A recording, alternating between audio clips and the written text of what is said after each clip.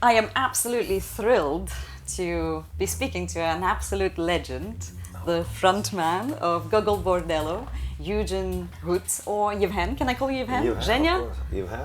Yeah, Yevhen, excellent, super. Yevhen, I'll begin with the beginning. You left Ukraine before Ukraine even became or regained its independence, right? Before the collapse of the Soviet Union. So you spent a lot of time outside of Ukraine. I spent only the last 2 decades outside of Ukraine, and people keep asking me, why do you still care? Why do you still care? I have my answer, but what is yours? Why do you still care? Well, I mean, it's a very specific thing, and even during the goddamn Soviet Union, essentially occupation, the sense of being Ukrainian was never overridden. It was just, it's a very specific thing. And because of, I have family in the various parts of Ukraine, and, when you learn about Holodomor not from Wikipedia, but from your grandparents, it's like, where the problem is, and so all these kind of issues that people are dealing with now, like asking all these moronic questions, like, but so many Ukrainians in East Ukraine speak Russian. It's like, it's because they killed all the Ukrainians and repopulated area with who. And also because they Russified the Ukrainian population. Yeah, and that's what empires but do it's to you. mostly because of this. It's actual, it's actual crime and genocide, and it's like being airheaded and lightheaded about it is really not an option.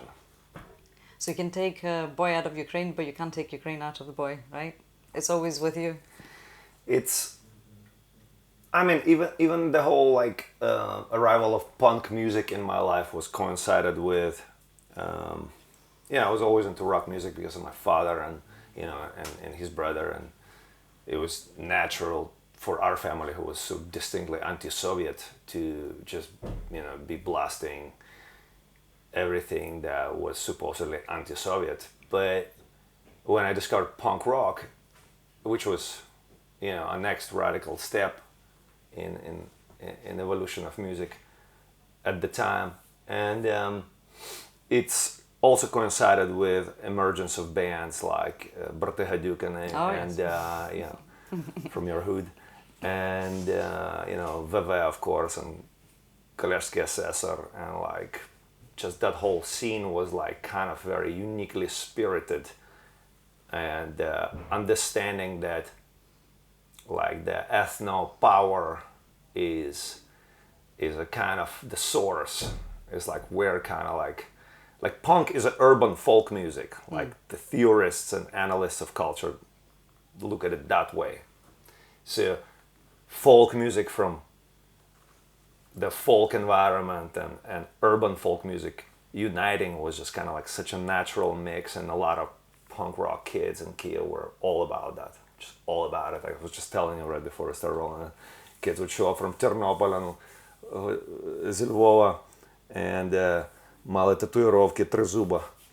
The trident. Already had the trident tattoos back then, late 80s. Back in the 80s. Yeah, well, I was like, wow, these motherfuckers are for real,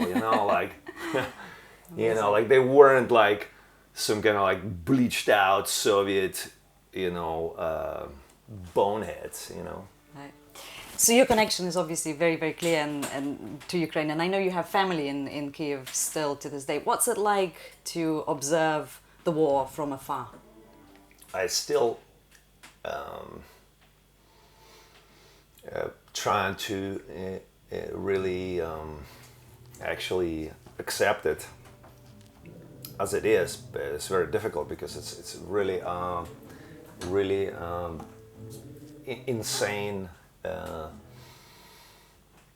atrocity, You're such a cultural ambassador all over the world. People know you, people know your band, and now you talk about so much responsibility. Right, wow. right. Well, fame comes with responsibility. Your own identity is very diverse, is very exciting and complex. Ukrainian, Lithuanian, Romani, and so on, right? And in some ways, to me, it summarizes Ukraine as well. But often, our diversity abroad is often perceived, thanks to Russian propaganda, as division, right? Rather than seeing Ukraine as diverse, the Kremlin propaganda has been trying to sell it as divided. Do you use your own background to explain what Ukraine is actually like and how in your music all of these things intermix? Absolutely. I think it's been our way since forever. I mean, when moving to the States, I kind of made this like a very strong. It actually happened naturally because obviously in the 90s I could not have possibly any agenda about, the whole Soviet Union was perceived as a joke back then. It's like it was you wore like some stupid like hammer and sickle hat like for like some most idiotic party, and you could never conceive in your head that that's gonna ever actually like rise its head again and like start doing that thing that everybody's just like, oh, thanks God it's over, Right. It's moronic. But since it still tries to survive, it becomes important to, on the cultural front, keep explaining that Ukraine is not this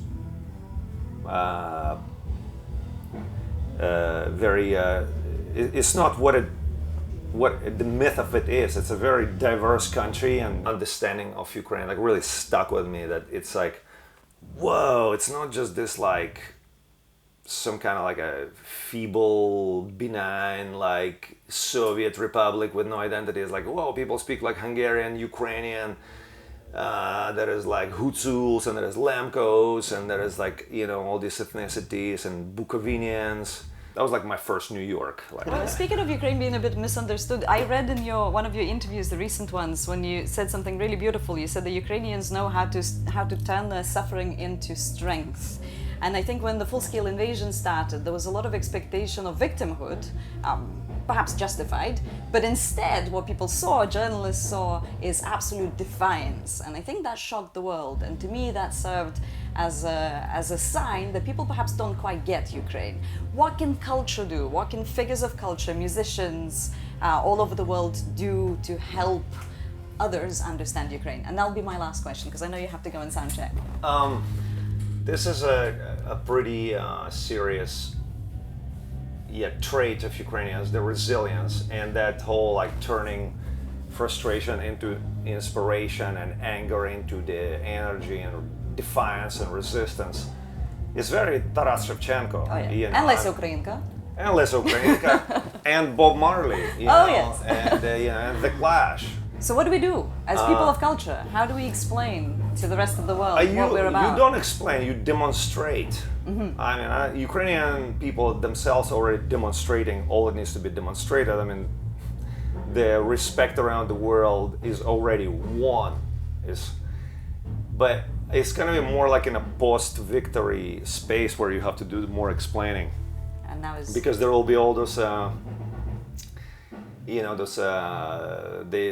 some people who consider themselves to be actually some kind of intellectuals who like Russian apologists, but it's just like they're gonna have to seriously pull their head out of their ass. I mean, you can't be possibly considering yourself any kind of intellectual or any kind of analyst if you're still acting on that front. I mean, it's way beyond obvious that the surrogatic propaganda that they have designed is actually failing. It's just like people are like, oh, their propaganda is so amazing, it's just been so powerful. It's like, yeah, it's powerful. There are still some dumbass motherfuckers wearing hammer and sickle shirts on stage and think it's cool, but I think it's pretty obvious to the rest of the world that the Ukraine hammer is and cool. sickle is basically Soviet swastika. You gotta wake up to that reality. And blue and yellow is cool. What's that? And blue and yellow is cool. Well, it's beyond cool. It's beyond cool. And it's a fight of people for their own destiny, and the enemy is in agony, It's obvious. Absolutely, and I really agree with this idea of showing, demonstrating. And I know that's exactly what you're going to do tonight. And Ukrainians are very good at that, It's just like, I can see why, people from legions, from like States and England, from Canada come to Ukraine and are impressed with war, with a combat from Ukrainians, because they're like, holy damn, I've never seen anything like this. I've been everywhere in all the hot spots of the world fighting, but I've never seen anything like this. Such determination. Yeah, these guys just like get some like fisher boots from their grandfather, wrap it in a wire, and get in the trenches, and I mean, you don't want to like linger on that note, because Ukraine deserves better, and it's becoming better and better, through this incredible difficulty. But that quality is really there. It's a Ukrainian national trait, just like total perseverance and resilience. Like, nope, not gonna get it. Absolutely. Well, it's such a pleasure to talk to you. Have a wonderful gig tonight, and here's to meeting in Kyiv at your next gig. Yeah, absolutely. Yeah. When shall we plan for it? Well, planning is a little bit. Well, let's dream about it. Yeah, but as soon as possible. As soon as possible. Yeah. I like that. Yeah. Excellent. Yeah, definitely. Слава Україні! Героям слава, абсолютно. Цілеспрямовано, Thank you. однозначно.